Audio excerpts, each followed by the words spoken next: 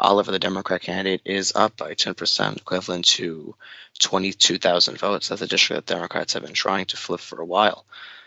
Will Hurd's district has changed as well. Hurd is only up by now 1.8%, actually, so Ortiz-Jones is actually shortening the lead, which is very good to see. That's the district, again, where they've tried to flip, but Will Hurd actually won in 2016 by a very small margin compared to if he wins tonight, I guarantee it's going to be a very hard race for him to win. It's not going to be a close race at all. I don't think, it's not going to be an easy race at all for him like it was in the prior years. This race is definitely going to be a close race. I see him actually having a uphill battle with Ortiz-Jones once they get the bigger cities reporting their votes in. Right now, we only got 6% in, with the majority farmer community cities reporting, which typically are conservative districts. Looking over at West Virginia's third district, Miller is up by 11% actually now. He's gaining his lead on Richard Ojeda. Not alarming that much because we got 48% in.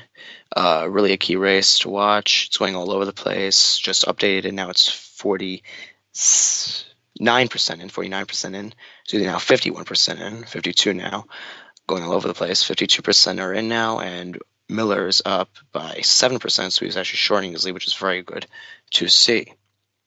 Looking over at Wisconsin, we got one district that is being called for Pokin as the incumbent. He's running against anyone. We're going to be looking at definitely Wisconsin's House First District. That's definitely going to be a very interesting race to watch once the results start coming in, which should be coming in rather shortly. We got Randy Bryce, who is running against Steele. This is Paul Ryan's district, if anyone doesn't know what the Wisconsin's first district is and who is the current incumbent. Paul Ryan, as many know, he's not running this year. He is chosen to retire, which is actually probably good for him and his party, as they need probably a new fresh leader in the House once they don't even have majority in the House probably this year. Looking at Colorado's 6th district, we got Kaufman and Crow. No results are in as of yet, but that's definitely a good race to be watching, as that is a district that Democrats are trying to flip as well, where the incumbent, Mike Kaufman, has won by very small margins in his prior races. Looking over as well at Arizona's House 2nd district and 8th district as well. The 2nd district is Hill and Tucker. Right now, Hill is up by 4% compared to Tucker's 46.7. Hill is at 41.7. 51.7. Looking as well over into Arizona's 8th district, we got Debbie Lesko and Haral Tiparneni. These are the two same people who ran in the special election earlier this year. No results are in for their district yet, but that's definitely another good House district to be watching, as Haral Tiparneni actually only lost by 2% in her special election. So this might be a very good race to watch, as she might actually be able to win this race, as possibly more Democrats go out and vote. Texas House 23rd district just called some more votes and 7% in. She is up by 0.8% over Will Hurd, the incumbent. Back over to North Carolina's 9th district. That's a district that Democrats are trying to flip. McCready is up by 0.5 over the Republican Harris's 49%. District that is being vacated by the incumbent. He actually got voted out in the primary. He was one of 2 Republican incumbents to be voted out in the primary. It's pretty rather interesting to watch that race as well. Going over to New Jersey's 7th district, we got Leonard Lance, the incumbent, going against Tom Malinowski. That race has been very explosive and expensive, with multiple TV ads being on both sides, paid for by Lance and paid for by Malinowski. Ads everywhere really for that race. That race is really going to be a really highly watched race. Right now we got Malinowski actually up by only 3% with 10% in for New Jersey. New district just started making some calls Colorado House 2nd District, 8% is in now. And the Republican candidate, is actually down by 12%. Looking over Nebraska, Nebraska's 1st district just called in some more votes. This is actually very good. This is McClure, the Democrat, is up right now over Fortenberry, the incumbent Republican. She is up, McClure is up by 1.8%, equivalent to 1,000 votes. Only 4% in, so not really a race to be, throwing your hands out. The Democrat is going to win for that. That race is definitely as well going to be a highly contested race. Oh, we got I hate to interrupt, but I am back today.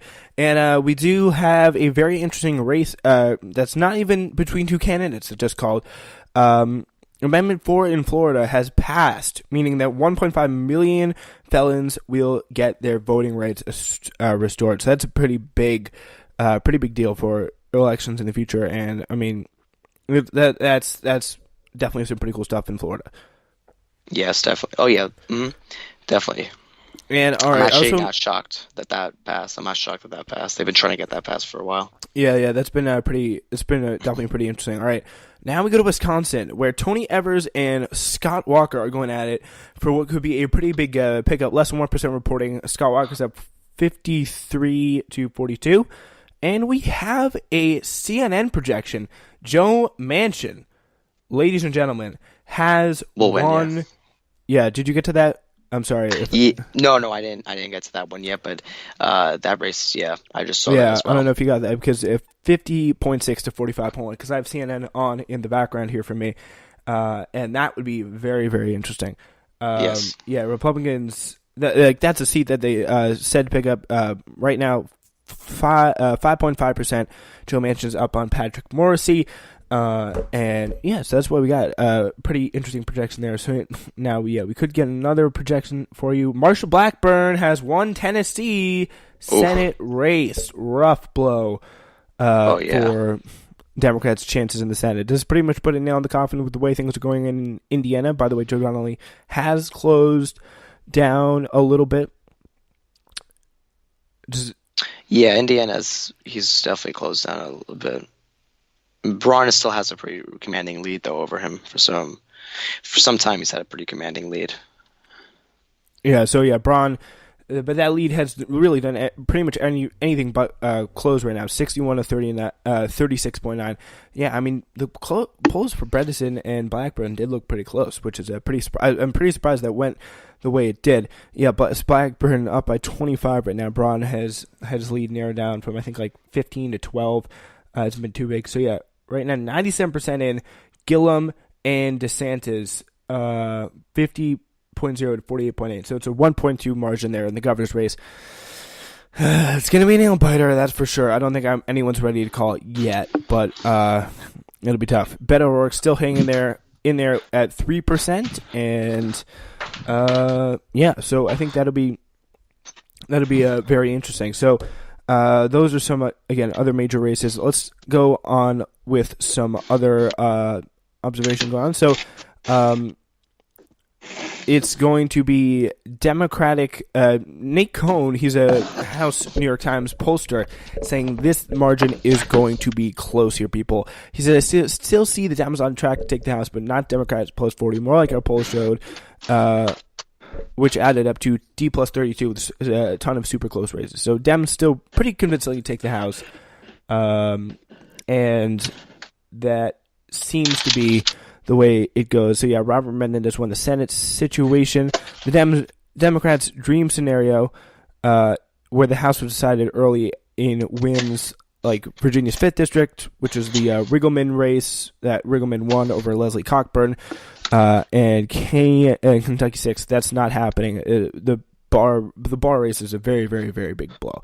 So it's going to be very tough for the Dems to get the Senate, but I think they should probably get the House. Donna Shalala's, again, House win in Florida, did suggest some rebounding for the Democrats in the past 2 weeks, as the GOP thought they had a chance, but then the mail bombing happened, and that changed things a little bit. Yes, definitely.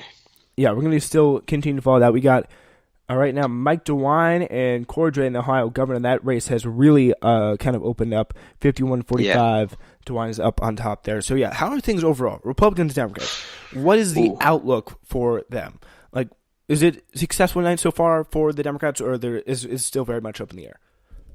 Um, so far, in my opinion, it's been very successful. I don't know if it's been successful enough where, I mean, we still got a lot of states to call elections, but I definitely would have rather seen some districts like Kentucky 6, for example, go Democrat. But you know what? That's just one race. Um, I think Democrats are doing very good this year. I'm very happy to see all the things that are occurring. And by the way, Bill Nelson is down. It's 50.3 to 49.7. He is actually gaining rather slowly on Rick Scott. My suggestion now, I think Rick Scott is sadly going to win this race. But going back to the other thing, Democrats are doing very well, I think, this year, going voting wise. I mean, just looking at the House districts, I mean, I was talking about while you were gone with Texas's 23rd district that it tilted blue while you were gone just for a second. It's still tilted blue. Or there's Jones with 8% now in. I believe that's the same amount that was before. She is up by 0.6%. And very tight. Yeah, Yeah, very tight race, definitely. it's definitely going to be a nail biter.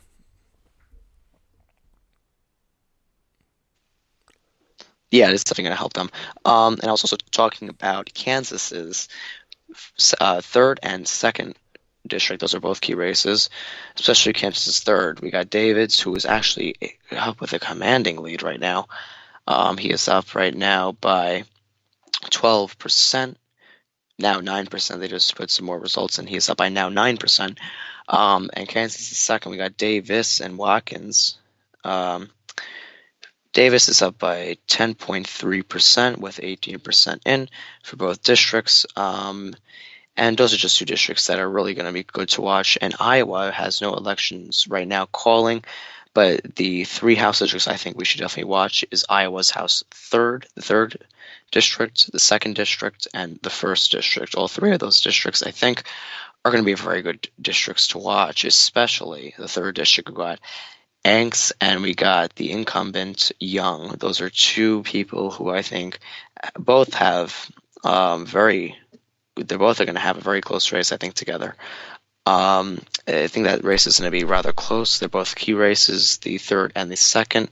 The first district as well, I think, is going to be a very good race to watch. It's not a toss-up. It's still Republican, but I think that is definitely going to be a key race to watch because really you never really know what could happen in a state like Iowa.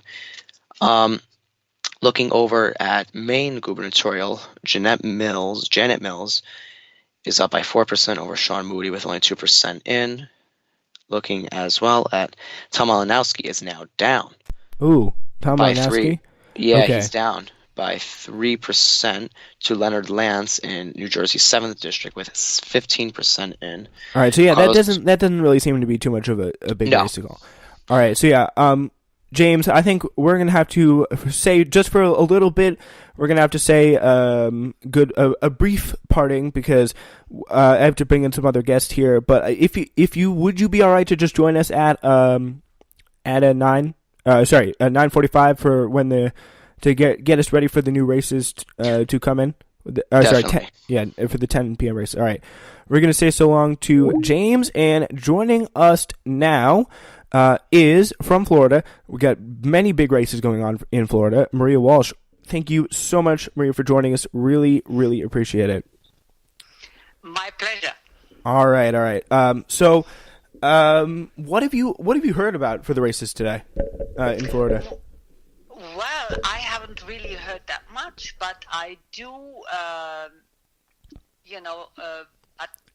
I've been going to the early voting, and I have talked to my friends, and most of them they did vote for the Democratic governor. So I think he has a good chance of making it, and I think he's the most popular item on the whole ticket. So yeah, for those of you who don't know, Maria does live in a very Democratic area of, I think, Broward County. It's probably the most Democratic area in the whole state, but you do know, if I'm not mistaken, right, you do know some pretty solid Republicans. Oh, Oh my goodness, yes. There are, the people that are not living right on the shoreline here. They are